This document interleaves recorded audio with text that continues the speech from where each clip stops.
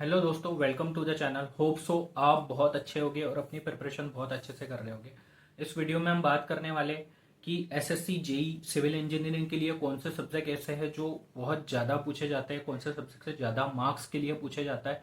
Technical भी और non technical के भी मैं हिस्ट्री, पॉलिटी और ज्योग्राफी के बारे में, मतलब नॉन टेक्निकल भी जितने सब्जेक्ट है उनके बारे में भी बात करूंगा कि ये लास्ट 23 में कितने मार्क्स के लिए पूछा गया था, और लास्ट 5 ईयर का एवरेज के हिसाब से भी मैं आपको बताऊंगा कि लास्ट 5 ईयर्स में एवरेज कितने मार्क्स के लिए पूछे गए।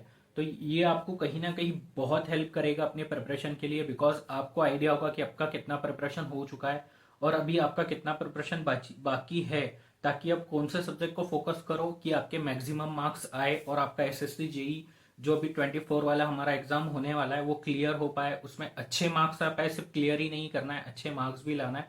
तो आपके लिए वीडियो बहुत इंफॉर्मेटिव होगा, ये वीडियो पूरा देखना। तो चलो चलते हैं और देखते हैं कि टेक्निकल में सिविल इंजीनियरिंग के कौन से ऐसे सब्जेक्ट है जो आपके लिए बहुत इंपॉर्टेंट है। ऐसे तो सारे सब्जेक्ट इंपॉर्टेंट, लेकिन आपको पहले कौन से सब्जेक्ट पे फोकस करना है उसके बारे में देखते हैं, और देन हम उसके बाद में देखेंगे कि नॉन टेक्निकल में ऐसे कौन से सब्जेक्ट है जिनको आपको पहले फोकस करना चाहिए। तो चलो देखते हैं। तो हम देखेंगे कि नॉन टेक्निकल के कौन से ऐसे सब्जेक्ट है जिनके ऊपर आपको पहले फोकस करना चाहिए और उनका वेटेज क्या है मैं वो आपको बताता हूँ। जैसे सर्वेइंग आया था 14 मार्क्स के लिए 23 में, बीएमसी आया था 13 मार्क्स के लिए, इरिगेशन और हाइड्रोलॉजी था वो आया था 13 मार्क्स के लिए। बीएमसी बोले तो building material and concrete technology है ना, फुल फॉर्म में भी लिखा है मैंने। हाइड्रोलिक्स और हाइड्रोलिक्स मशीन ये आया था 11 मार्क्स के लिए। हाइड्रोलिक्स में आपका एफएम आएगा, ओसीएफ आएगा, ये दोनों भी उसी में आ जाएगी। सॉइल मैकेनिक्स आया था 10 मार्क्स के लिए। इन्वायरमेंटल इंजीनियरिंग आया था 8 मार्क्स के लिए। आरसीसी आया था 8 मार्क्स के लिए। ट्रांसपोर्टेशन इंजीनियरिंग में जो हाईवे और रेलवे था वो आया था 7 मार्क्स के लिए। एस्टिमेशन एंड कॉस्टिंग जो था वो आया था 7 मार्क्स के लिए। स्टील जो था ये आया था 5 मार्क्स के लिए। और टॉस में जो था थ्योरी ऑफ स्ट्रक्चर में, इसमें आता है strength of material, structure analysis और मैकेनिक्स, ये तीनों मिला के आया था 2 to 3 मार्क्स के लिए। अब आते हैं हम एवरेज के ऊपर। जो लास्ट 5 ईयर का एवरेज है इसमें 17, 18, 19, 20 और 21, ये 5 ईयर्स का एवरेज है कंप्लीट। इस हिसाब से यदि हम देखेंगे तो लास्ट 5 ईयर्स में सर्वेइंग जो पूछा गया है वो 10.2 मार्क्स के लिए पूछा गया है। बीएमसी पूछा गया 18.6 मार्क्स के लिए। इरिगेशन एंड हाइड्रोलॉजी पूछा गया 6.6 मार्क्स के लिए। हाइड्रोलिक्स और हाइड्रोलिक्स मशीन पूछा गया 10.4 मार्क्स के लिए। सॉइल मैकेनिक्स पूछा गया 8 मार्क्स के लिए। इन्वायरमेंटल इंजीनियरिंग पूछा गया 6.4 मार्क्स के लिए। आरसीसी पूछा गया 10.8 मार्क्स के लिए। ट्रांसपोर्टेशन जो था वो 5 मार्क्स के लिए पूछा गया। एस्टिमेशन एंड कॉस्टिंग 8.2 मार्क्स के लिए पूछा गया है। स्टील जो था वो 6.4 मार्क्स के लिए पूछा है। और जो टॉस था strength of material, structure analysis और मैकेनिक्स, ये पूछा गया 9 मार्क्स के लिए। Now we are going to talk about non technical subject जो कि बहुत इंपॉर्टेंट रोल प्ले करते हैं हमारी इस प्रिपरेशन में।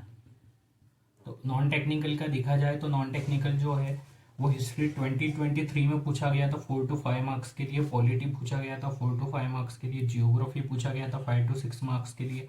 इकोनॉमिक्स जो था वो 3 to 4 मार्क्स के लिए पूछा गया था। फिजिक्स, केमिस्ट्री और बायोलॉजी तीनों मिलाकर ये 10 to 11 मार्क्स के लिए पूछे गए थे। करंट अफेयर्स जो था 9 to 10 मार्क्स के लिए था। स्टैटिक जीके जो था वो 8 to 9 मार्क्स के लिए था। अब इसमें मैंने 5 ईयर्स का एवरेज इसीलिए नहीं बताया बिकॉज ये ऑलमोस्ट इनके मार्क्स सेम ही है। आप यदि लास्ट 5 ईयर्स के भी पेपर्स उठा के देखोगे तो ये इतने ही मार्क्स के लिए पूछे गए, इसलिए मैंने इतना डिटेल में लास्ट 5 ईयर्स का नहीं बताया। नॉन टेक्निकल क्यों इंपॉर्टेंट है? बिकॉज लास्ट टाइम जब मेरा 0.67 मार्क्स से रह गया था तो उसका रीज़न यही था। बिकॉज मैं इसका रीज़न ये था अब नॉन टेक्निकल क्यों इंपॉर्टेंट है? बिकॉज लास्ट जब मैंने एग्जाम दिया था मेरा 0.67 मार्क्स की वजह से रह गया था। उसका रीज़न यही था कि मैंने नॉन टेक्निकल पे इतना फोकस नहीं किया था। बिकॉज टेक्निकल सब्जेक्ट पे ज़्यादा फोकस किया था और जो ये हिस्ट्री, पॉलिटी वगैरह था ये एक नॉर्मली ऊपर ऊपर पढ़ा था, तो उसकी वजह से मेरे मार्क्स नहीं आए थे। तो बहुत लॉस हुआ था, बहुत दिक्कत हुई थी और उसका अभी तक मुझे पश्चाताप है। काश कि उस टाइम में नॉन टेक भी पढ़ लेता तो अच्छे मार्क्स आ जाते। और ये इसीलिए भी है कि नॉन टेक यदि आप पढ़ोगे तो आपका जो पेपर 1 होगा, पेपर 1 में आपके मार्क्स अच्छे आएंगे, तो जो कि आपको हेल्प करेंगे नेक्स्ट पेपर के लिए भी ओवरऑल कट ऑफ जो लगता है वो पेपर 1 और पेपर 2 का मिलाकर ही लगता है। इसीलिए ये आपको आगे बहुत ज़्यादा हेल्प करते हैं, इसीलिए नॉन टेक पढ़ना भी बहुत इंपॉर्टेंट है।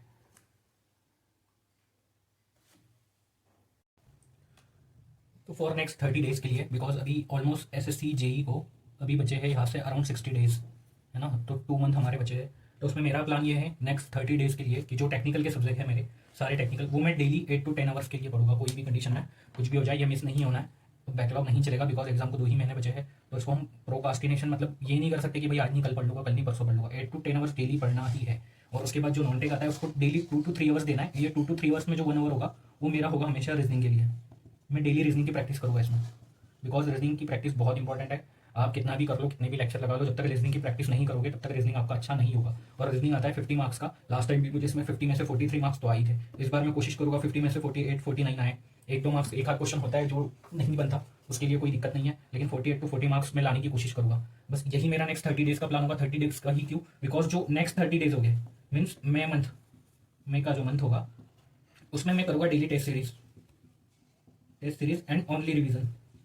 क्योंकि जब टेस्ट सीरीज करूंगा तो उसमें मेरी क्वेश्चन प्रैक्टिस भी हो जाएगी, रिवीजन में भी मैं क्वेश्चन प्रैक्टिस करूंगा ना। ये 30 डेज तो रिवीजन होगा ही होगा, लेकिन लास्ट 30 डेज में ये दोनों चीजें मुझे करना है। एक तो टेस्ट सीरीज भी करना है और साथ ही साथ रिवीजन भी करना है। अब आप देखो, आप भी अपने हिसाब से प्लान करना, बिकॉज मुझे नहीं पता है कि आप लोगों ने कितना पढ़ा है, आपका कितना स्टडीज कंप्लीट हुआ है, आपके कितने सब्जेक्ट कंप्लीट हुए हैं, कौन सा सब्जेक्ट आपका वीक है, कौन सा सब्जेक्ट आपका स्ट्रॉन्ग है, कौन से सब्जेक्ट में आपको लास्ट टाइम कितने मार्क्स आए थे। और यदि आप फर्स्ट टाइम प्रिपेयर कर रहे हो तो वो आपको ही पता होगा कि आपके कौन से सब्जेक्ट अच्छे से प्रिपेयर है, कौन से सब्जेक्ट नहीं है। तो आप उस हिसाब से अपने ये नेक्स्ट 30 डेज या जो भी बचे हुए 60 डेज उनको प्लान करो, ताकि आप मैक्सिमम से मैक्सिमम मार्क्स ला पाओ। और ये जो मैंने आपको सब्जेक्ट बताया, नॉन टेक्निकल और टेक्निकल के सब्जेक्ट वाइज जो भी वेटेज बताया उसको फोकस करो, उसके हिसाब से स्टडी अपना प्लान करो, ताकि आपके मैक्सिमम मार्क्स आए कम टाइम में। पॉसिबल हो तो उसको फॉलो करो कि हाँ भाई ये सब्जेक्ट ज़्यादा मार्क्स के लिए पूछा गया तो पहले मैं इसको कवर करूँगा, फिर नॉन टेक्निकल में भी वैसे ही करो। ऐसे करते करते आप अपना सिलेबस कंप्लीट करो। ऑलमोस्ट 80%, देखो 100% सिलेबस कभी मेरा भी कंप्लीट नहीं हुआ, और वो पॉसिबल ही नहीं है कि 100% सिलेबस कंप्लीट हो। तो उसके लिए आपको थोड़ा सा एकदम फोकस रहना पड़ेगा कि हाँ 60 डेज का प्लान एकदम प्रॉपर करना। और सिर्फ प्लान करना ही नहीं होगा, उसको एग्जीक्यूट भी करना होगा। बिकॉज स्ट्रेटेजी में मेरी अलग है, आपकी अलग है। मुझे नहीं पता आपके कौन से सब्जेक्ट कंप्लीट हुए, क्या हुए, उस हिसाब से आप अपने हिसाब से स्ट्रेटेजी बनाओ। मैंने आपको एक आइडिया, रफ आइडिया तो दे दिया कि मैंने ऐसा प्लान किया है, अब आप आपके हिसाब से प्लान करो। तो इस वीडियो के लिए इतना ही, और नेक्स्ट कोई भी दिक्कत हो, कुछ भी हो तो आप मुझे कमेंट करके बता सकते हो, नेक्स्ट उसके ऊपर भी वीडियो लेकर आएंगे। Thank you so much. और हाँ, जिन्होंने सब्सक्राइब नहीं किया है वो लोग सब्सक्राइब जरूर कर देना और किसी के साथ शेयर कर देना, शायद इस एक वीडियो की वजह से किसी की हेल्प हो जाए।